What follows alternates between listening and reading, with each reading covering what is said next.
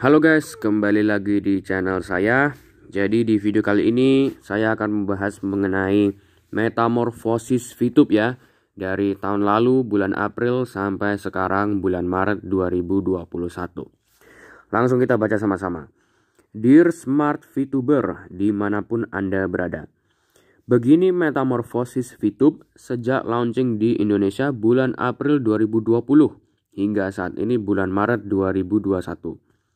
Tulisan ini tidak sempurna, namun bisa memberikan gambaran menyeluruh tentang VTube Anda dan VTube kita.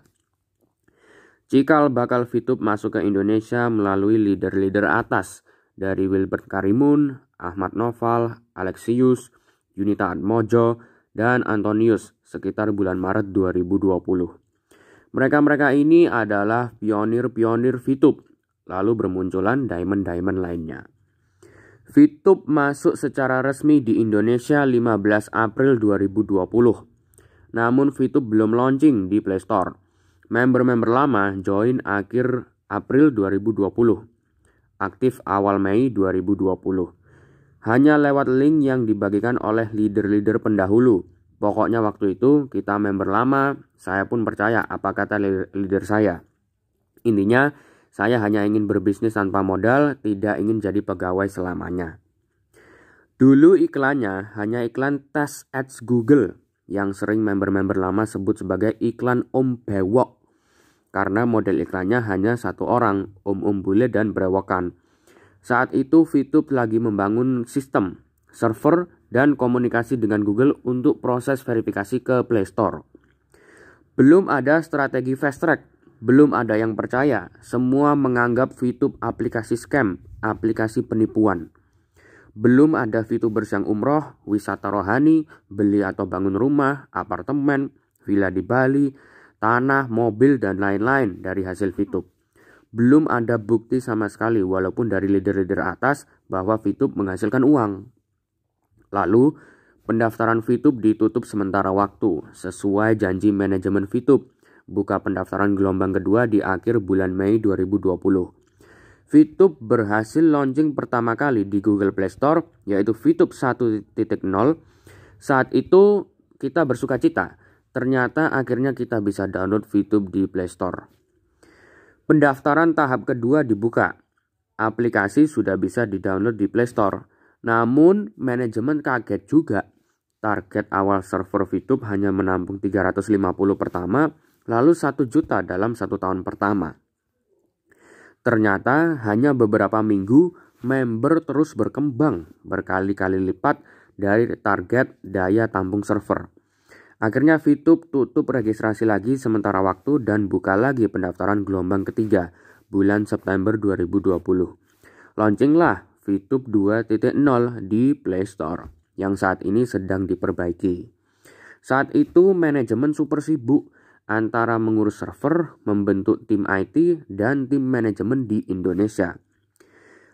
Bulan Juli 2020, VTube tiba-tiba masuk dalam daftar entitas ilegal oleh SWI OJK.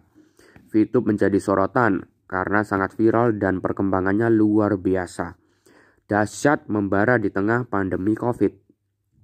Saat itu, kuasa hukum VTube menghadap OJK menjelaskan bahwa VTube bukan perusahaan ilegal, ada sertifikat Kominfo, Kemenhukam, dan lembaga OSS. VTube bukan perusahaan investasi, bukan MLM, bukan skema piramid, bukan skema Ponzi, dan bukan money game. Masa-masa ini Kominfo menguji 2 kali loh konsep marketing plan VTube. Tidak ditemukan hal-hal yang mengindikasikan penipuan. Pemerintah terlanjur sudah mengumumkan bahwa VTube ilegal. Lalu bulan September 2020, VTube dikeluarkan dari list OJK. OJK menyatakan VTube bukan ranah OJK. Ini masih ada arsip soft file jawaban OJK saat itu melalui kontak-kontak OJK. Namun, belakangan jawaban berubah. VTube tetap dinyatakan sebagai aplikasi ilegal sampai dinormalisasi kembali. Aplikasi VTube tetap bisa dijalankan meskipun dinyatakan ilegal. Sampai akhirnya VTube terus-menerus diserang haters yang mengangkat isu legalitas. Diadu domba dengan TNI Polri, rupanya kompetitor kalang kabut dengan munculnya bayi raksasa digital advertising bernama VTube. Manajemen VTube tidak tinggal diam. Mereka terus berkoordinasi dengan pemerintah, 6 kementerian terkait. Mungkin muncul pertanyaan di benak kita. Mengapa kok isu legalitas ini sudah bulan Juli 2020 tapi belum kelar-kelar sampai sekarang? Kok VTube menunggu begitu lama? Jawabannya, VTube perusahaan baru, masih seusia bayi 4 bulan saat itu. Manajemen belum firm, kantor masih virtual, dan dari hasil koordinasi kuasa hukum VTube dengan pemerintah terkait, pemerintah juga masih bingung harus membagaimanakan VTube ini. Harus diklasifikasikan sebagai apa VTube ini. VTube ditutup, ada izinnya. Marketing plan sama sekali tidak ada unsur penipuan. Sistem viewpoint tidak merugikan member, malah sebaliknya. Member-member sudah mencairkan jutaan, ratusan juta, bahkan miliaran. VTube digolongkan perusahaan investasi bukan. Digolong bisnis periklanan seperti YouTube, tapi kok ada perdagangan viewpoint, digital currency yang berlaku di komunitas. Intinya, konsep VTube jauh langkah ke depan. Belum ada konsep yang menyerupai VTube, saking canggihnya VTube ini. Hal ini pernah diungkapkan oleh Wilbert Karimun, yaitu PLC 001, melalui Zoom. Lalu waktu terus berlalu, sampai akhirnya ditemukanlah peraturan yang cocok buat VTube, yaitu digolongkan ke dalam perdagangan melalui sistem elektronik GR80 sesuai PP nomor 80 tahun 2019. Tapi dengan catatan, VTube harus segera buka fase kedua e-commerce. Inilah yang membuat manajemen segera maintenance untuk launching VTube ke 3.0 yang kesannya mendadak dan dibaca berbeda oleh para haters dan pesaing. For your information, peraturan nomor 80 tahun 2019 tersebut adalah peraturan yang baru diberlakukan tahun 2021 ini. Akhirnya, disepakatilah 5 syarat SWI untuk normalisasi legalitas VTube, kembali 100%. Manajemen terus bekerja siang malam untuk memenuhi syarat tersebut. 3 syarat sudah terpenuhi. 2 syarat selanjutnya melekat pada versi 3.0 nanti. Lebih dari 20 juta masyarakat Indonesia sudah menyaksikan langsung live Kominfo dan OJK terkait VTube. Tanggal 26 Februari 2021, tidak ada yang ditutup-tutupi oleh manajemen VTube. VTube jujur. Server VTube terus diperbesar kapasitasnya. Dan guna memenuhi 5 syarat dari SWI OJK, aplikasi VTube terus dirubah untuk sinkronisasi. Maka aplikasi diturunkan dari Play Store sesuai pengumuman manajemen hingga awal Maret 2021. Untuk upload kembali VTube 3.0 bersama launchingnya e-commerce. Mari kita sedikit berpikir bijak dan cerdas dari masa-masa yang sudah kita lewati bersama ini, masa sekarang ini.